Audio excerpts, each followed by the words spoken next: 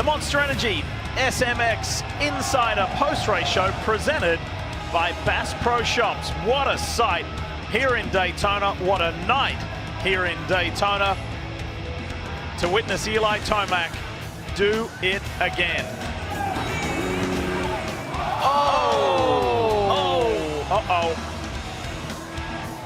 Uh-oh, that hurt. I think he broke his tooth. No.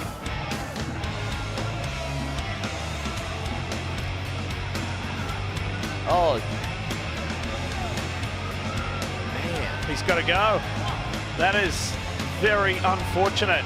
Eli Tomac went to grab the trophy and it snapped off and hit him in the mouth.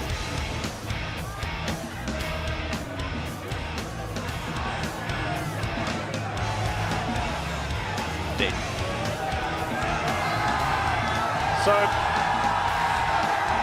poor Eli, he's off with the team, and they're checking his mouth out. Obviously, it's a really unfortunate thing and quite unusual as well. As we welcome you in, folks, Lee Diffie along with the legends James Stewart and Ricky Carmichael. First up, for everything that the two of you get asked, every time you're with race fans, you're within this sporting family about your accomplishments and what you did. What do you make of what Eli did tonight with an 8th Daytona win? I mean, special. And taking the fact that he's done it on 4 different brands, you know, it just shows you how good this guy is at this racetrack. The only thing that can take him out is obviously his own trophy at this point. But, I mean, honestly, Ricky, he's went up against the best. I mean, Hunter Lawrence rode great here tonight. He's been at Ken Roczen, all these guys, and he's able to come here and win. And when you talked about how important this second half of the season would be to stop that momentum from Hunter Lawrence, man, can't say much else about it. I mean, listen, he's second in all-time wins. He's closing in on McGrath. I mean, and it's like he's peaking right now. And again, now this doesn't come as a surprise when you come to Daytona, hence the 8 wins. But listen, I think that Hunter Lawrence gets a lot of credit as well. I mean, he kept Eli honest. It wasn't like Eli just walked the dog on everybody. I mean, Hunter and Kenny, for that matter, really challenged him. So for this championship, there's 2 other guys that are in this. They're only 20 points down, but I do feel at the end of the day, it is about Hunter and Eli. I mean, they're just going back and forth, and just don't sleep on Hunter is all I got to say. So at the beginning, before the very first gate drop, we kind of flagged this, the potential for Eli to get an 8th win. Well, the king of NASCAR, the king period, is Richard Petty, and certainly in this house with 7 Daytona 500 wins. And we said, could Eli go one better here on the 2-wheel version? Well, he sure did. Hard to debate that, Lee. Oh my No, goodness. you can't. Yeah, I mean, both of those guys are legends. Yeah, legends in their own sport, but for sure, he's got something figured out here. Eli, great company to be in, I'll tell you that much. And on top of that list, he's on top of it. Yeah, absolutely. Look at that spectacle right there. All the fans, though. That's cool. Almost take a photo in a few years, post that same thing with these fans here. Right. Well, it's awesome. See the fans in the back of the graph. Richard Petty. And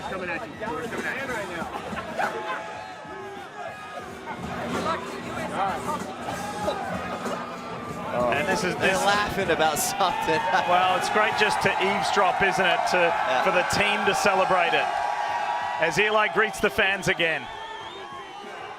Probably ain't gonna pick that trophy up. No, it's broke. Man, it's been incredible. It looks like he's ridden on this bike for 5 years. Yeah. You know, I think if I'm Hunter Lawrence, Ricky, not to take the spotlight off of Eli, see these fans going crazy. The one area he's gonna have to work on is making these passes. Guys like Ken Roczen, we see when Eli makes it, he makes it happen. And I think maybe 2 weeks in a row, Hunter had a chance to win this one. Definitely made his life a little bit harder last week, not being able to get around Kenny. Have to work on that. Well, too, also, I mean, he's tried. You think about Hunter, he's definitely improved in his yearly race intensity. And the last thing left is just like you said, making those crucial passes in time of need. 8, sorry. Looks like my son's face when I'm teaching him math right there. Like, come on, look at that. It adds up. He's got 5. 5, 4. Like, talking about next year. Okay. Yeah, I love it.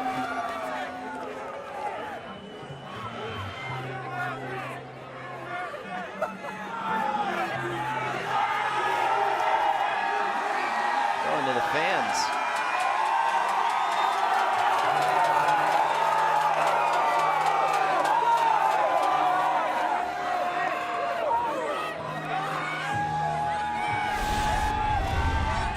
.450 highlights from Daytona, where defending winner Ken Roczen was looking to repeat.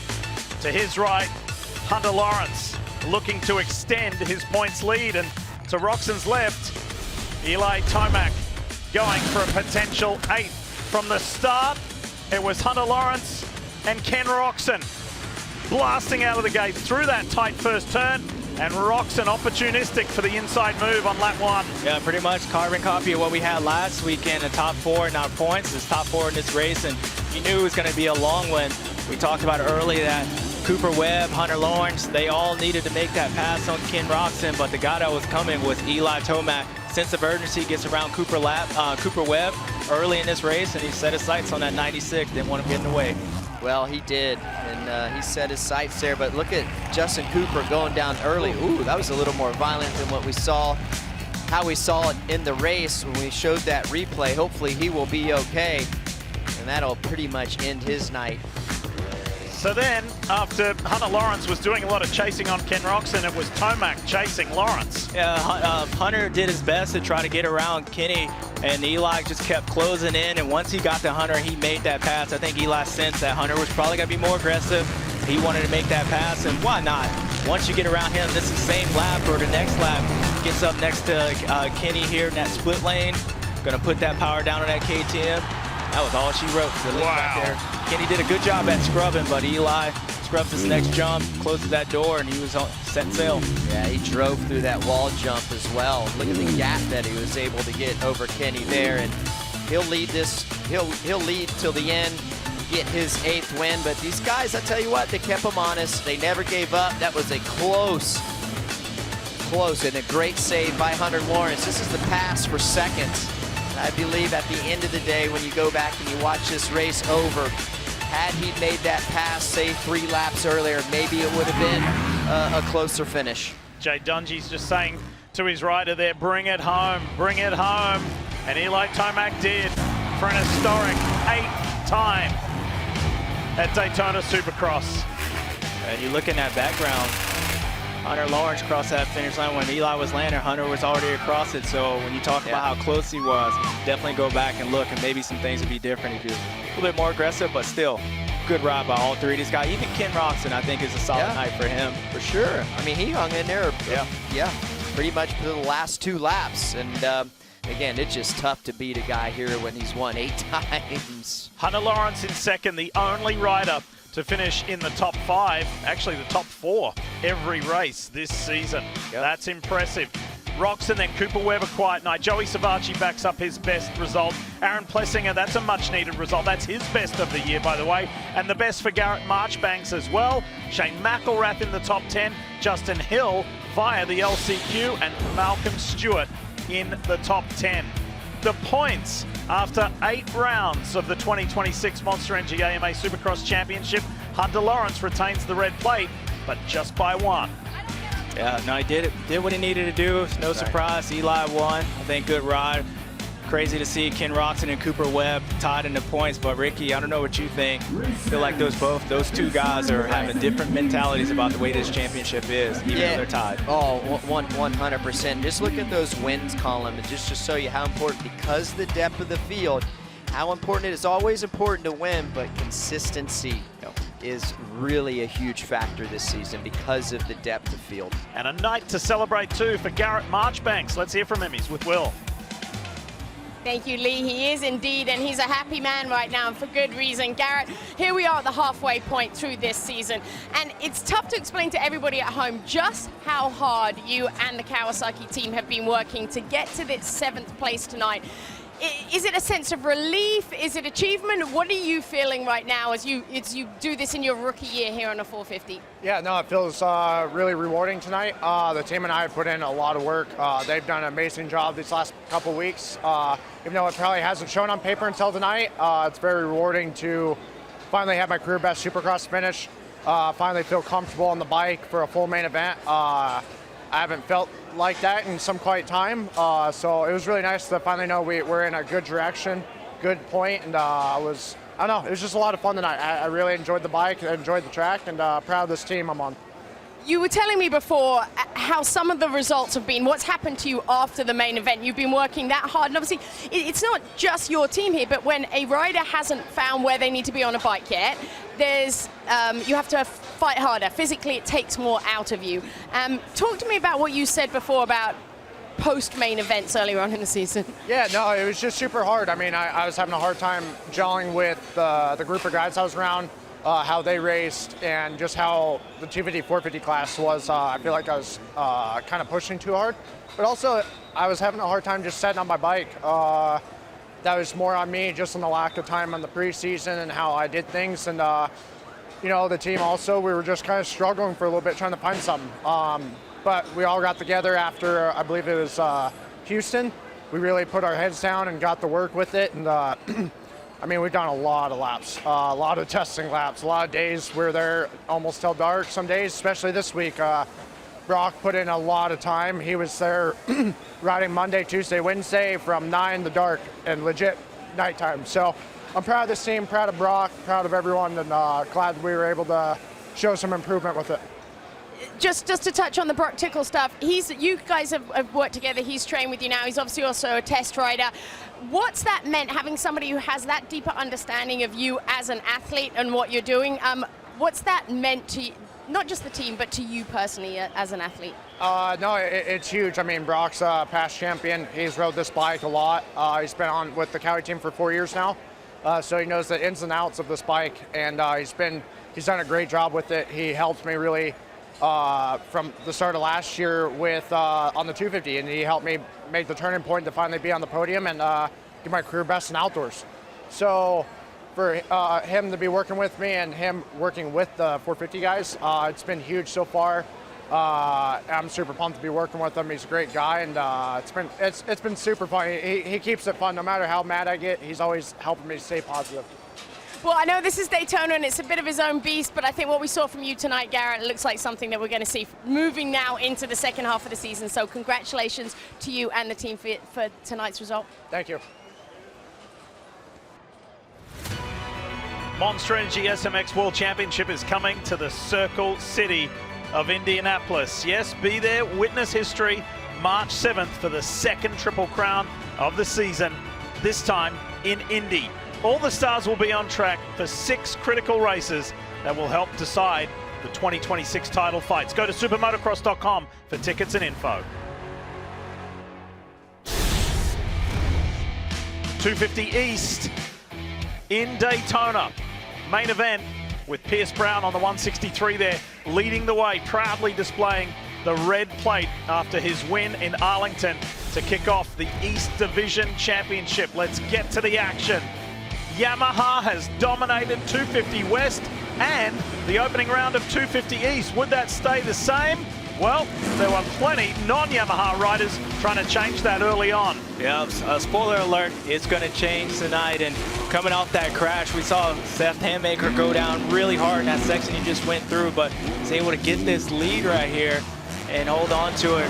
You can see the rookie, or second-year rookie, was able to get his first heat race victory of the year, looked really good. Unfortunately, it doesn't end well, ends up going off the racetrack, but it's a good start to him. Yeah, I mean, this could have been an easily breakthrough main event for this young guy. And Joe Shimoda riding well, picking up where he left off last weekend, per se, and he looked like a different guy. We talked about it during the actual broadcast, and I love what I saw from Joe, and I expect him to continue to do that same thing. And even from Seth, I mean, an incredible win. He rode extremely well, and I anticipate him to be the same way all season. 18-year-old Kiwi Cole Davies hassling his teammate and points leader Pierce Brown, and he was a man on a move. Yeah, he was. I mean, it took him a while. Every time he would try to rush things, make some mistakes, but he had the pace. If you just calm down, that's easier said than done on this racetrack. But when Cole got rolling, he was able to march his way up. And at one point, it looked like he might have a chance to get to that lead, but wasn't quite able to get there. Hard time. And after being as high as third, after winning his heat, as the guys said, unfortunately for Drew Adams, he would crash out. Oh, look at, starts leaning to the left, right? And those whoops were already slick. Hopefully he'll be okay. Check out this though, Shimoda going down in the sand. Looked like he tried to straighten up that arc in the corner, and he just buried the front. Easy to happen. A lot of guys were making mistakes, but I noticed Joe's mechanic put up towards the end of the race, stand up. So maybe he was starting to get a little bit tired, you know, in this sand section. That thing grabs, and if you're not holding on, it's easy to go down. But this guy, there's no tired about him. He was on a mission, Lee. It was huge for Monster Energy, Pro Circuit Kawasaki, and Seth Hammaker. First ever win in Daytona, breaking the Yamaha stranglehold on this 2026 season, both on the West and East Division.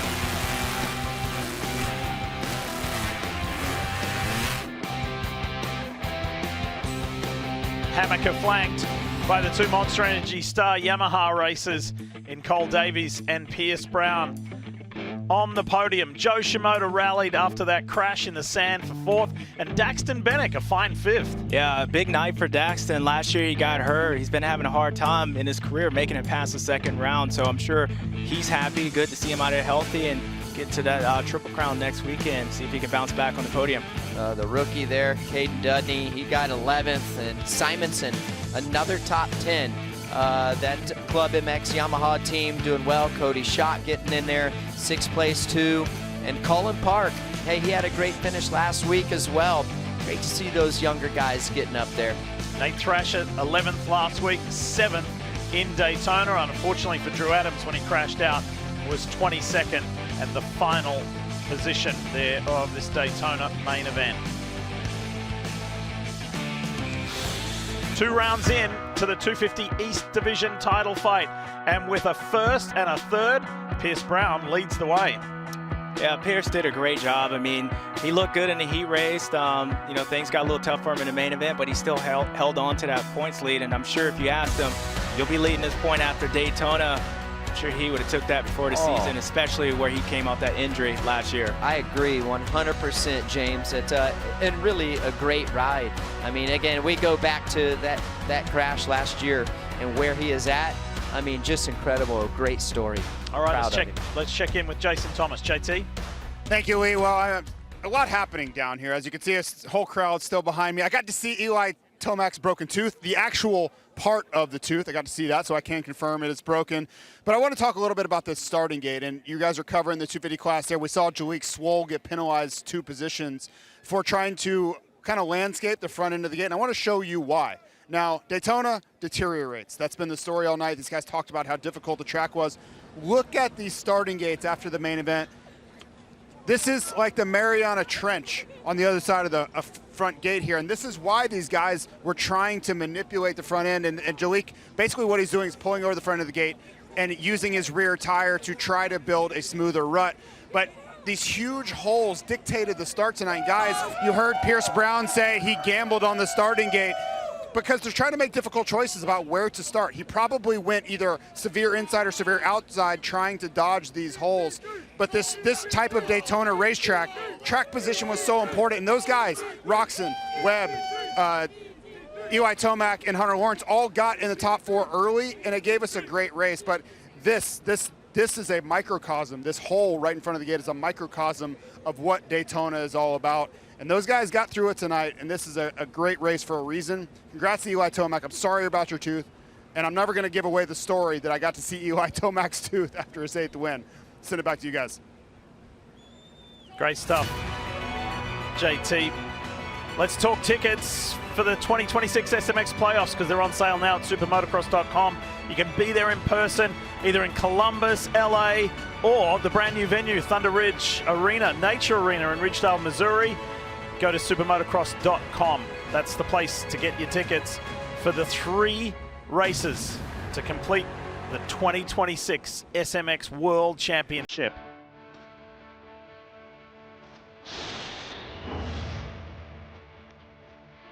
And there is that schedule. So Columbus, Ohio for the first playoff, LA the playoff number 2, and this is new, the 2026, all 3 venues. And of course the World Championship finale, Johnny Morris and the folks at Bass Pro Shops and the Thunder Ridge Nature Arena. That's going to be really special. That's going to be a cool venue to cap things off and to crown 250 and 450 SMX World Champions.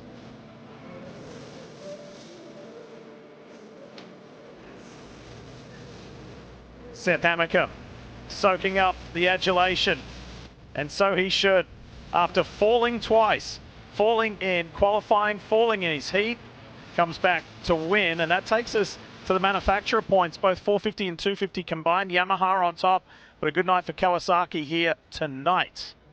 Great ride for Seth in a lot of different ways. All those guys in that 250 class, I think they're pretty solid, but you're going to have to teach your boy Jalek on how to learn how to fly. Yeah, that shouldn't be happening. Yeah, at this level. I mean, you can't do that in this day and age. And, yeah, just a poor decision straight up. Not fun to make that call, but he should know better than that and live and learn. Lost a couple of positions. Yep. So maybe the strangest thing, well, not maybe, definitely the strangest thing that happened tonight was for Eli Tomac when he went to grab his trophy. This is an ouch moment. Look at this. He goes to pick it up. Ooh. Boom. Oh, did you see it fly out of there? Yeah, no, I saw it. Yeah. Oh, no. Yeah. That was ow. Oh. Chipped his tooth.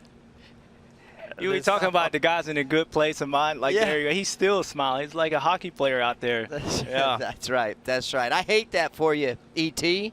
I had to get some work done this week. Before now, and Indianapolis. So let's talk about Indy next week. What's first thing on your mind when you think about Indianapolis and the Triple Crown? Well, I mean, I'm excited. I love the Triple Crown. It brings in a lot of different obstacles. We saw the last time we had it. Eli had that tough finish, and luckily for him, it was a Triple Crown. But nonetheless, I mean, I'm impressed what we saw from Hunter Lawrence, even Ken Roxon. I think going to a place that he's had a lot of success in Indy, Ken's going to be a threat, that whole format. But this series is still wide open, in my opinion. First Triple Crown of the year, Cooper Webb. Well, absolutely. Cooper Webb could get right in there. Going back to the stadium-style race like we've seen all year, these guys will get back in their groove. But again, kind of like what James said, I love the Triple Crown, and it really puts the best guys to the test. They have 3 main events, 3 races that they have to get great starts, and we keep talking about consistency. Listen, I understand that winning races is important. I totally get that. But talking about consistency, you have to have that in a Triple Crown. I still like Hunter Lawrence's chances, even though I would give the advantage to Eli right now for the championship. Listen, the guy has the red plate, and he only has 1 race, so you have to give him the credit. He's riding fantastic. All right, let's have a look at the track for next week. Let's have a look to some of the finer details once we get to Indy. Yamaha track map, here we go. Yeah, back to a football stadium. I mean, I think when you come here, there's obviously with the obstacles and stuff, but it's really the soil. How much rain, how rutted it's going to be. And normally every year you come, look for guys like Ken Roxon, very technical guy, Cooper Webb, how he dissects this racetrack. But they're going to have their hands full, but it's really going to come down to how much this track breaks down. And between Eli and Hunter Lawrence, limiting those mistakes. You're exactly right. It could be really, really ruddy. You go back to that win, like you talked about Ken Roxon when he got his first win on that Suzuki. Again, a lot of racing left, and that's great that we still have a lot of healthy guys there. Another right-handed first corner, too. Yep, another right-hander. And we'll keep our eye and cross our fingers for the likes of Chase Sexton, Jason Anderson, Jorge Prado, guys like that coming back off the injury list. Race day live, 1 p.m. Eastern on Peacock.